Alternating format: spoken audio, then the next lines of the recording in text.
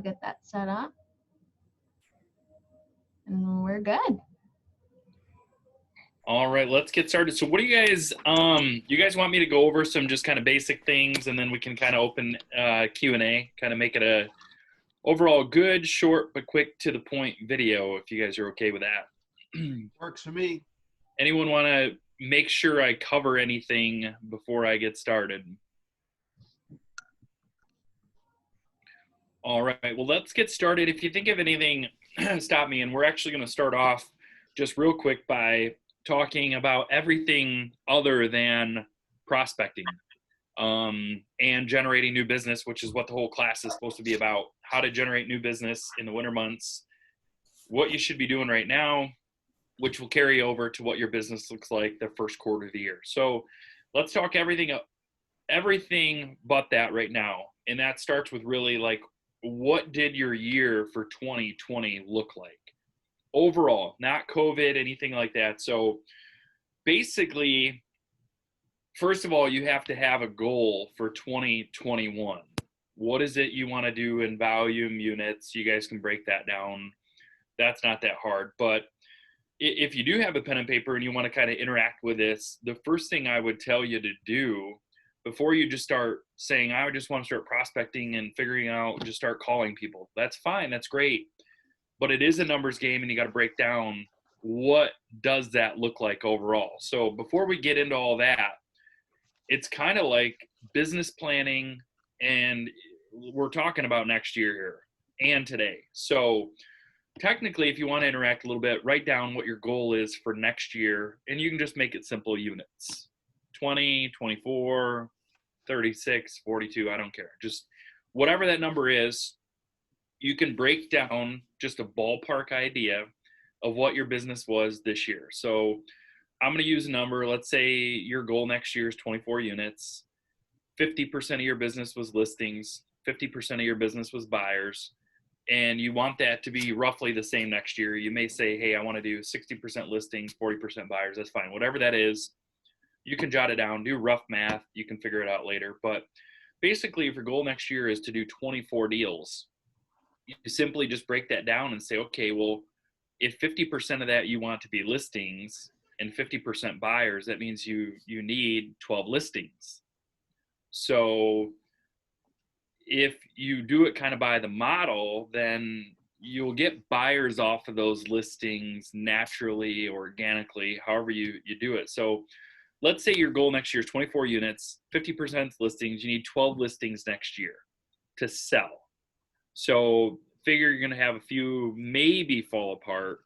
If you guys are feeling how I'm feeling next year, if you take a listing, you should get that listing to a closing table unless there's something majorly wrong with it. But has anyone, out of curiosity, 2020, anyone take a listing and it never closed?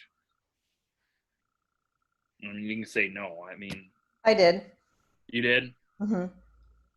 And so it either canceled or expired, something happened. But that next year, out of all of us on this call right now, that's probably going to be a norm for next year.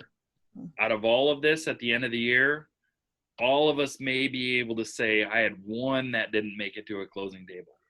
I mean, I did too. I had ones that they're waiting till next year now, or we pulled it off the market. So I myself had a few that just didn't close for whatever reason. And assumably, hopefully I can relist it at some point. It'll close, maybe, maybe not. Maybe the list with someone else. So next year, if you want to sell 12 listings, you need to take at least 12, maybe set that goal for 14. So you need 14 listings. If you take 14 listings, you should naturally, roughly close 6 buyer sales off of that. And that is for every one listing you have, if you market it properly, social media, your database, doesn't have to be a newspaper ad, but out of those listings, you should naturally get at least 1 to 2 leads out of that. And you should be able to close roughly 25% of that. So if you get, 2 leads off a listing, you should be able to get a half of a lead closed out of that deal.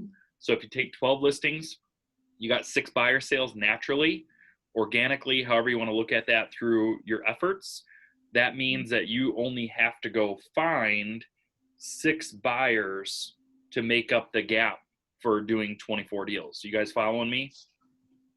Does that make sense? So you want 24 deals, go out, get 4 listings. You should close 6 buyer sales naturally from that. That means your efforts for next year means you only have to go find 6 other buyers to do business with if you go find 12 listings to do 24 transactions. So it's that simple. So then the next step is, and I'm going into what the point of this call is, but like you have to know your numbers before you just say, I want to start calling people. Because if you say, I just want to start prospecting, I want to start doing open houses, I just want to start door knocking, and like, if you don't know your numbers and you don't have a plan of action, I'm not saying it's pointless, but it's kind of like going to the gym January 1 and you wake up January 2 and you say, where are my biceps? How come I'm not stronger? And it's because it's repetition. It's doing it consistently. So we're getting into more of the details of it, but basically those are your numbers to work off of. Set your goal, divide that number by whatever percentage you want to come from what, and then basically you should be able to get 50% of what listings you generate. You should be able to get a half of a buyer from that. So the next step you want to do, and it should be fairly easy, especially this time of year to do, look at what your sources are for 2020. And that will help you figure out what your 2021 is going to look like. So you can think about it. You can go on the MLS, print all this off. You can print all your listings and buyer sales, where they came from. Nikki might be able to pull it through Broker Metrics, but figure out where your business in 2020 came from and start there. Take the top 2 or 3 sources and utilize that as your platform of who you're going to be looking to prospect or generate your listing opportunities from. Are you guys following me? So real quick, top 2, don't even think about it. Let's go real quick. Top 2 sources of business last year. Pam. Past clients and client referrals. Jeff. Referrals and realtor.com leads. Jen. Referrals and open houses. And Brian. My Sphere and realtor.com. Kelly. Past clients and referrals. Matt Gifford. Sphere of influence. And a couple are muted, but Tess, Rusty, if you guys want to chime in, you can. If not, don't worry about it. And then Nancy. Repeat referral. Sphere of influence and past clients. So I'm hearing a lot of database, a lot of Sphere, a lot of referrals. And so that's what I want you to really think about, especially this time of year. Start focusing on that. If you guys have heard the term, what you focus on expands, there's truth to that. And so break that down. And then ultimately, I know this is backtracking a little bit to get to where the call is going, but start to figure out, once you broke down where your business came from, what your goal is for next year, break down and do just a real quick. I mean, we did that as a team here on a call in less than 60 seconds. Something else you can do in less than 60 seconds is do a self-assessment of yourself. And it's tough to do this year because you're thinking, I had a good year. Maybe you didn't hit your goal. Maybe you did better than your goal. But the self-assessment is breaking down, what is your next year going to look like based on your goals? And so the self-assessment becomes, how are you on time management? How are you working on your database, contacting your database? I'll tell you, a weak point of mine is consistently and systematically staying in front of the database. And yet the person who feeds our business the most is our database. And yet it's my weakest link. So you guys may say, well, what are you going to do about it? Well, we're working on it right now. We're working on fixing it. So, but do a self-assessment. You know, if you don't, and you're not real with yourself, it's hard to get better, to do more. How is your pre-qualification with people? You might be thinking right now, I don't got a whole lot going on. I'll show a home to anyone. Well, that's great, but still, are you pre-qualifying them? Are you asking, do they have a home to sell? Do you know what their background is? How is your lead follow-up? Are you showing a home and then never talking to the person again? Well, that's a problem. So do a quick self-assessment. There's ones online you can do. You can just break down, all right, well, how am I with time management? Because this time of year, just being honest with you guys, like time management for a lot of people is the thing they're the most guilty on, because it's finding everything else to do other than to do money producing activities. I got to be real clear on that, because there's a big difference right now between working and going to work than money producing activities in the business. Because a lot of us right now, we can go home or we're at home, and at the end of the day, we can say, man, I was real busy. I put 120 miles on my car today. But got to stop and ask yourself, out of that day today, what money producing activity was in your schedule? Guys, follow me? So that's part of your self-assessment. Just not questioning yourself, but like looking at it. Okay, what does my day look like? Am I really busy? But what am I doing that's keeping me busy, or am I doing? Am I baking goods? Well, that's fine and dandy, but could you be, maybe you can incorporate that into doing something we'll talk a little bit more about. So that moves into moving into a schedule. And whether you say, you know what, I'm going to start now, or I'm going to do it this week, next week, I can't really do a whole lot. We got Christmas around the corner, Hanukkah, whatever you celebrate. So the best thing I could tell you to do is master your mornings and really make sure this is time blocked into your schedule. And when I say time blocked, I don't mean baking. I mean time blocking money producing activity into your morning calendar or morning schedule. Now, you can use a day planner. You can use Top Producer. You can use KW systems, whatever you want. But you can do something as simple as writing it on a 3x5 card, sticking it to your computer. You can use a Google Calendar, which is absolutely free. Does anyone else have anything else they use for, what do you guys use for calendars? I don't even know what generation I fall in. So I use Google Calendar and I show up every day at the office. But what are you guys using as a calendar, I guess, a schedule, a planner? I use Title Bonds, or not Title, Chicago Titles calendar, and just write it in there. The old-fashioned way, but it works for me. Written calendar, keep it with you. Mm-hmm.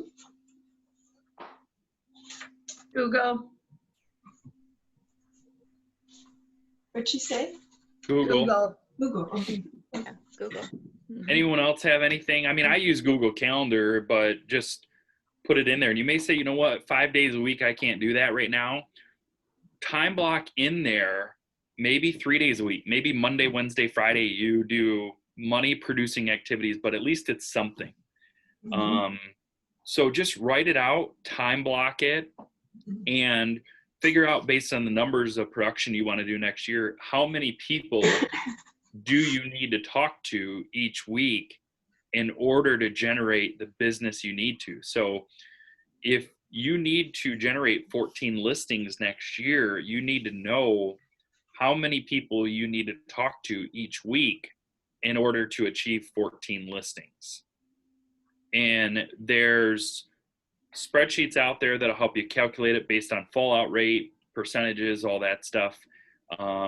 If we have what looks to be another strong year ahead of us, some of it may become easier, but if you make more money than your goal, you should be okay with it.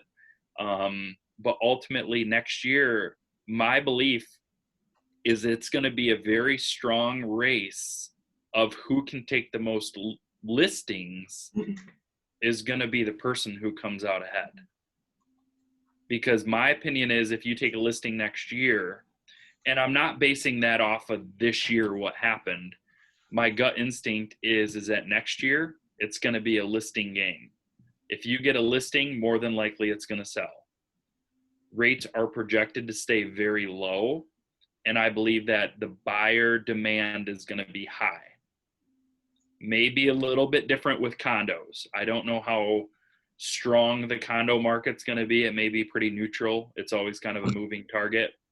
But my gut instinct is your general buyer stuff is going to move relatively quick, and it's going to be, you know, a different class on how to make sure you get your offer accepted or what you can do to be a part of it. But I think rolling into next year, it's going to be a listing game. So that's why this call and timing of the year might be one of the most critical parts of what you could be doing for yourself right now for your next year. But it is knowing your numbers. Any questions on that? What I can do talks about a schedule. Let me see if I can minimize my screen here. I'll share with you guys just a quick, and you don't need to watch it definitely right now, but it's a Gary Keller and Jay Papasan video you guys can watch. I'll put 2 videos in the little chat. You guys can watch whenever you want or save them.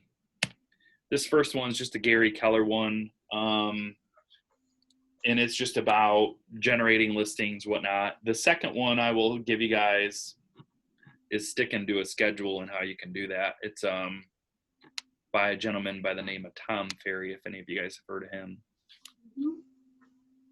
And I will How put, do I use that chat?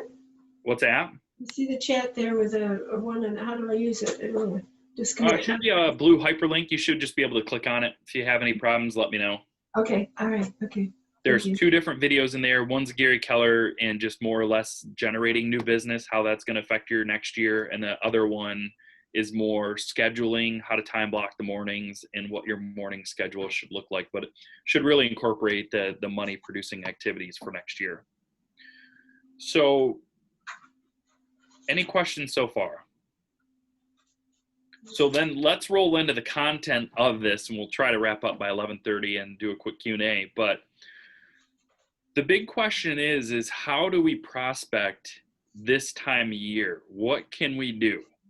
Because being in front of people, around people is a little bit different. I was supposed to get a haircut this morning, and I got a text at 1 a.m. from my person saying that she was in direct contact with COVID, and more than likely due to the CDC, she's going to have to quarantine for 10 days. So if any of you guys cut hair or have one of those vacuums that have the little cutters on the end, I know they're sold out online, but let me know. I'm hurting over here for a cut. But with being limited to who you can be around, what are some avenues you guys have done that you can share with a group that you've been able to still maintain? If, let's say when we did our little thing where business is coming from, database, sphere of influence, referrals, that seems to be majority of what people brought up. What have you guys been doing in the past 30 days to stay in front of them? Via phone call, text, dropping something off, running past them at whatever. Fire away with some things you guys have done just to even get in front of them via phone, in person, on Zoom, doesn't matter, social media. What have you guys been doing? I did Christmas cards to past clients. Okay. Jeff? I'm Think you muted yourself, Brian?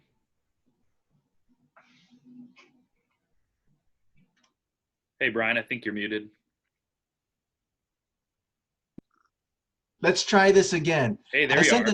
I sent the Thanksgiving message via text, and then for the houses I sold this year, I hand wrote a card and sent them all a thank you card. So that actually had a pretty good response. So Brian, right now out of the gate, I'm going to tell you that is to a T what you should be doing. That's right up our alley. We've been highly kind of trained, like Thanksgiving is real important because they don't get as bombarded as what they're getting Christmas time of the year. Sure. Now, it's a little bit of a kicker this year because of election. Everyone's getting robo-dialed. I still get them today. But Brian, kudos to you. That's almost by the book. I'm trying to listen. I'm trying. So other things you can do that I've seen some people do like and I did it. I mean, I kind of did a gingerbread house with my kids, but I saw some people doing a gingerbread house giveaway. I saw them for as cheap as $8 at Sam's Club. I think the one I bought from Costco was a little bit more money. Probably had a little bit more little gummy bears and frosting with it. But I saw people doing social media giveaways for doing like a fun game.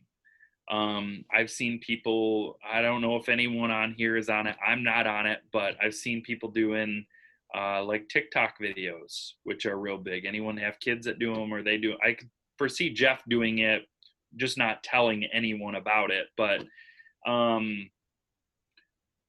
another thing I've really seen people do, which I really, really like, is doing other giveaways, like taking a picture who's got the house with the best Christmas lights and doing a quick giveaway, you know, get a basket from the cheese lady.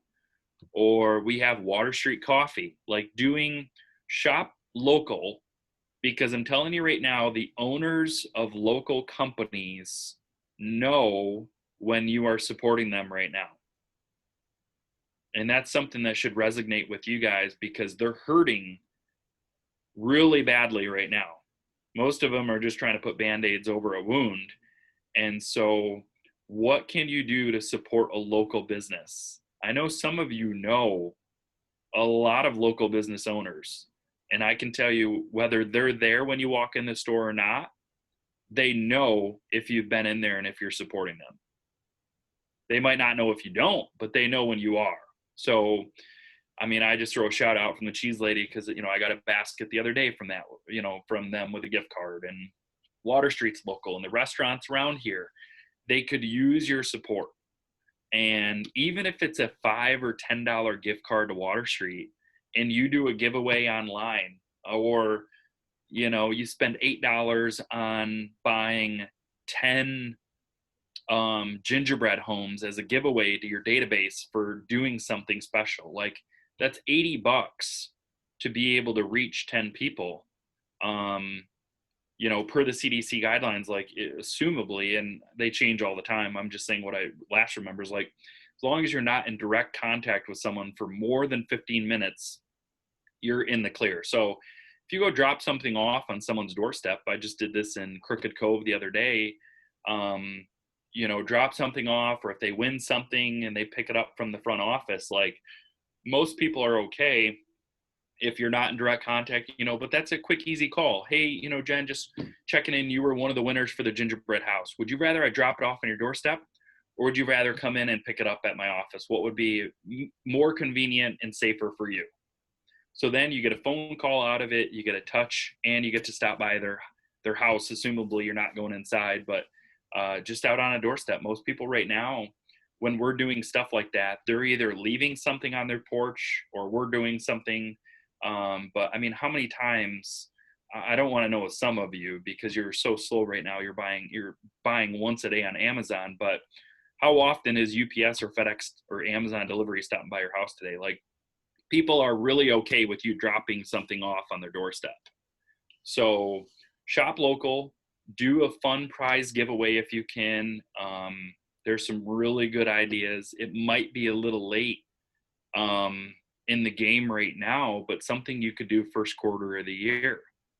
Do a Valentine's Day giveaway. That's, believe it or not, 2 months away, less, February. Do a date night giveaway. If restaurants open up, can tell you everyone around here is going to want to get out and go to a restaurant. Do a $25 gift card to a local business that is around here, and I guarantee the owners know you're supporting them. That's just one way of prospecting. If you're looking to try to bridge the gap and do something by the end of the year, there's some stuff out there that you could do. Ideas like do a end of the year recap. I think there's some things out there called like, don't quote me on this or probably come up with the wrong thing, but like Spotify recap. You can do like it'll pull songs together. You can recreate a year cap of what you did in your business. Say, hey, I helped 18 families buy or sell a home in a year of COVID. Like, you can do things out there and create a quick little video. By the end of this year, it should only take you an hour or less, but you could do a recap of your year, just saying, hey, I helped this many families. You know, we did a lot of giving back to the community. We were able to adopt some kids for Christmas and all this other stuff. Like, whatever it is you did or you were a part of, incorporate that into a video and share that with your database, your social media. People are really engaged in that stuff right now. They don't need an end of the year assessment of what the real estate market did in December of 2020. They, you know, do something that ties the emotions in, says what you accomplished over the year, and incorporate that into a nice little video. If I can figure out what it is, I think it's through Spotify, but just some ideas for you. Any questions on that? So switching gears into other opportunities, more or less what this call or whatnot was about, but what are opportunities you guys can take advantage of? Let's say you figure out where your business came from last year. It sounds like a handful, sphere of influence, database referrals. What is it for next year? You can do it a time block and make sure you're doing that consistently. The different ways of generating business, if it's blocked off into your calendar, even if it's 3 days a week for right now, calling your database, you know, maybe ask yourself first, what is prospecting going to look like for me next year? Let's say open houses are kind of capped, or you can't even get to an open house because listings are selling so quick. Maybe you change your business plan to only list homes on Friday so that you can do an open house on Sunday, review offers on Monday. However you want to do, it's up to you. Everyone's going to have their own opinion on what works and what doesn't work. Well, if I do that, it's going to piss off Rosie over at Berkshire. And well, if I do it that way, my seller won't think, you know, so everyone's going to have their opinion. Just do what works for you. So what does that look like? Is it going to be open houses? Is it going to be talking to your database? Is it going to be meeting people again back at a coffee shop? You know, is it going to be meeting someone in the Pfizer parking lot fighting over a vaccine vial or a box of vaccines against your, so what I wrote down are some different sources. Everyone is going to be different here, but it sounds like a lot of you have really been working your database, your sphere of influence and stuff like that. So if I were to say, take that and make it grow, if your database is your sphere, you need to make it grow to do more business. You got to be thinking, how can you exponentially make your database grow? You can do that organically. You can go out and do that manually by going to open houses, doing them, meeting new people. Are you adding lenders to your database? Are you adding every referral you get to your database? People from social media, have you guys gone through your social media friends list, printed it off, made sure every single one of them is in your database? I know it sounds kind of silly, but have any of you guys thought about volunteering? You may say, well, I can't really. Well, I saw a friend of mine, Joe Taylor, who was not door ringing, but ringing the bell for Salvation Army in front of the Hardings Woodbridge, wearing a goofy hat. You know, I know the Woodbridge Hardings because I go there, but like where in your neighborhood or area, your zone, where can you volunteer and reach people organically? Like he's standing out there ringing a doorbell in goofy snow boots and a goofy elf hat. And I'm going to pick on Jen a little bit, but like Jen, if you stood out in front of Hardings for 2 hours, how many people do you think you'd run into that, in the Woodbridge one? Oh, I'm sure. Probably a lot. dozen. Yeah. So what better way to just stand there? You're giving back, you're volunteering, and yet you're in front of people that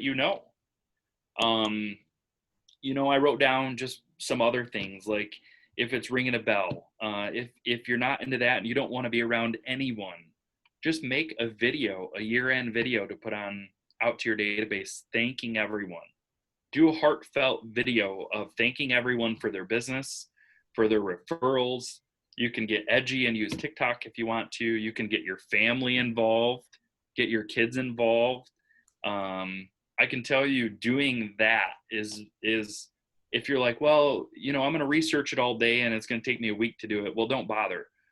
Better off you send something from the heart, off the cuff, from your bathroom if you need to, and get it out there so that people can see you're real.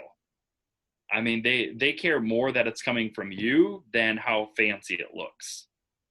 I put in here, like, even, if there's a ski club, some of you may you may not ski, but could you get involved in stuff that's still happening around and still be able to get in front of people you guys know?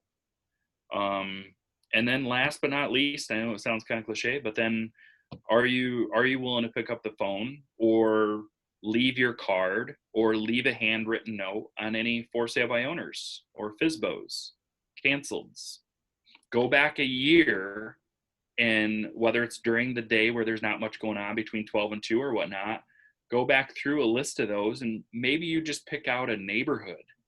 Maybe you pick out everything in Portage schools that expired or canceled from January 2019 to December 31 of 2019. 19 wasn't like it was in 2020. So maybe those people didn't do anything, and maybe you just leave them a quick note.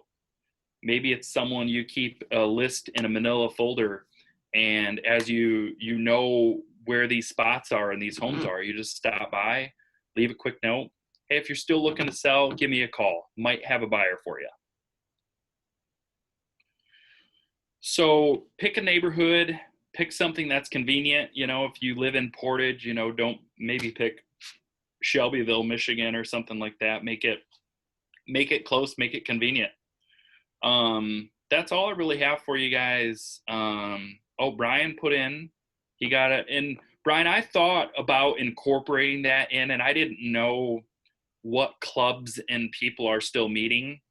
So stuff like that, I know certain clubs are still meeting. I don't know which ones, but if any of you guys have any other suggestions on places this time of year or beginning of next year, that's what the chat box is for. And if any of you guys have any other opportunities of things to do, whether it's volunteering or people to call, I mean, it's an open chat.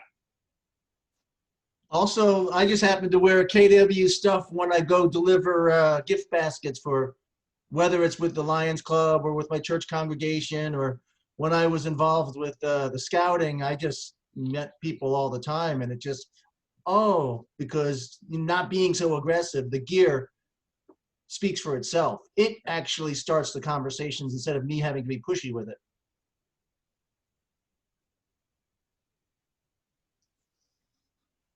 I couldn't agree with you more. I mean, most of the stuff I wear, it's got a logo on it. You look at my shirt, you can't really see it. That's one for the Moors, and it's a Moors hat. Like, yeah, it's not a named logo, but I couldn't agree with you more. People you just know. I mean, I look at Jen, I know she's heavily involved with the Laugh organization for the run and everything else. Like, it's all over, and it's a good conversation piece. Hey, Steve.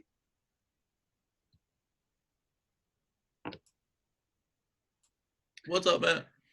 Anyone else have any other things that they've done. I've just tried to be a little bit more intentional. Like if I have any sort of real estate conversation with anybody, if they just ask, how's the market, how's business been? They just go on a list. They may not be looking right now, but if I have any sort of real estate conversation with somebody, I'm just trying to document that. So potentially I can have a follow-up conversation with them at some other point in time. Yeah. Maybe work it into your morning schedule that you recap who you spoke to the day before, cross-check to make sure that they are in your database. At the end of all of our careers, the one thing we're all going to have left is a database. It's going to be the most valuable asset you have. Matt, I just want to throw something in there real quick. I think it's a really good time to call people that you might have worked with maybe 3 to 5 years ago. Those people might be looking to make a move or list or whatever that might be. So if you haven't talked to people in your database that you worked with in years past, I think it's a good time to touch base. Yeah, the old rule of thumb used to be every 7 years people moved, and you guys are the professionals. You guys probably know it feels more like 3 to 5 years right now. Yeah. And people now feel like they're all instantly sitting on equity. So year, 2 years down the road, they're already like, I'm ready to move.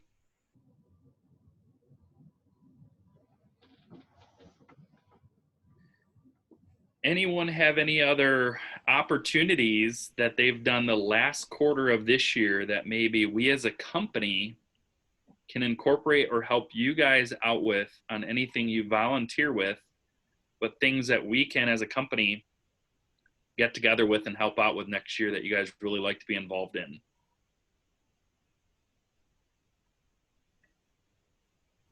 Well, if we have an LOL 5K race in Texas Corners, I know we're always looking for volunteers and or sponsors for the race. Yeah, I'm appalled that some of the races that are getting canceled already in the next year. I mean, it's kind of sad because I feel that's one thing that even early on, high schools were permitting cross country, and it's totally different. I mean, I understand, but they were permitting cross country runners to go, and is now unfortunately because of the mass gatherings and whatnot. But who knows?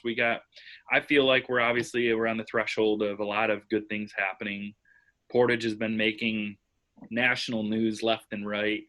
And projectively, they're saying most people will have access to the vaccine by no later than March at the latest. So I think we're going to have a strong, really, really good real estate year in general. From sales, listings are going to be strong. Rates are going to stay low. I don't really know what more we could ask for as people looking into May of this year, what barrel or dark hole we were looking into. I would have never thought it would look like it does right now. So I'm excited for next year. So anyone have any questions or anything else they want to go over? That's all I really had. I just have one other thing. I reached out to someone in my database the other day that I hadn't talked to. I'd only met them once, and then they weren't ready to do anything, and they're getting ready to move out of state. So it's always that reminder too that you can connect them with an agent, and they were grateful that I was able to figure out who I can connect them with. So it's just another source. Yeah. Might not be here, but if you can help them and connect them with another KW agent. Yeah, and I would maybe tie into, I wasn't kind of making fun of anyone who bakes, because I enjoy the gifts. If anyone has anything better they want to drop off my office. But if you like doing stuff like that, feel free. Like I saw someone post today, they don't live in the area, but someone, and I don't know how they got it, they live in Georgia now, but someone somehow delivered 3 Buddies Chicago or Detroit style pizzas to their house. So if you like baking and stuff and you want to give that away to, pick out your top 10 referral sources in your database, deliver something nice to them. If you don't want to go out and spend a few bucks on supporting some local businesses, just bake something, drop it off if you feel comfortable and if they do too. And just a quick phone call. Hey, I was thinking of you. Really want to thank you for helping my business last year, and looking forward to helping anyone you know next year. I was wondering if I could drop off a goodie basket for you. I feel like this past week, I've done that, or my family has, and vice versa. Like, I don't know about you guys, but I feel like this week has been the week people have been exchanging goodie bags and stuff like that. So, and next week, assumably, might be a slower week for a lot of people. And I don't know, a lot of people aren't traveling for the holidays either right now. So, all right, guys. Well, thank you, everyone. I'm at my office right now. I hope to see everyone sooner than later, within reason. Obviously, right now I don't know about you guys, it's been spreading pretty closer than I want it to be, to me.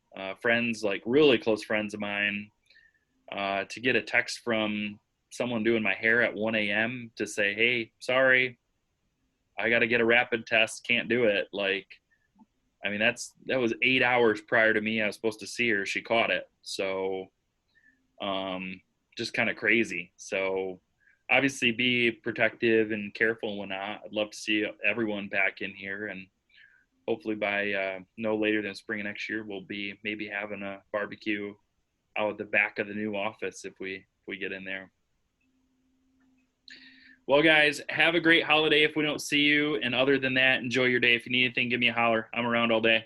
See you guys. Thank you, Matt. Thank you, Matt. Thank you.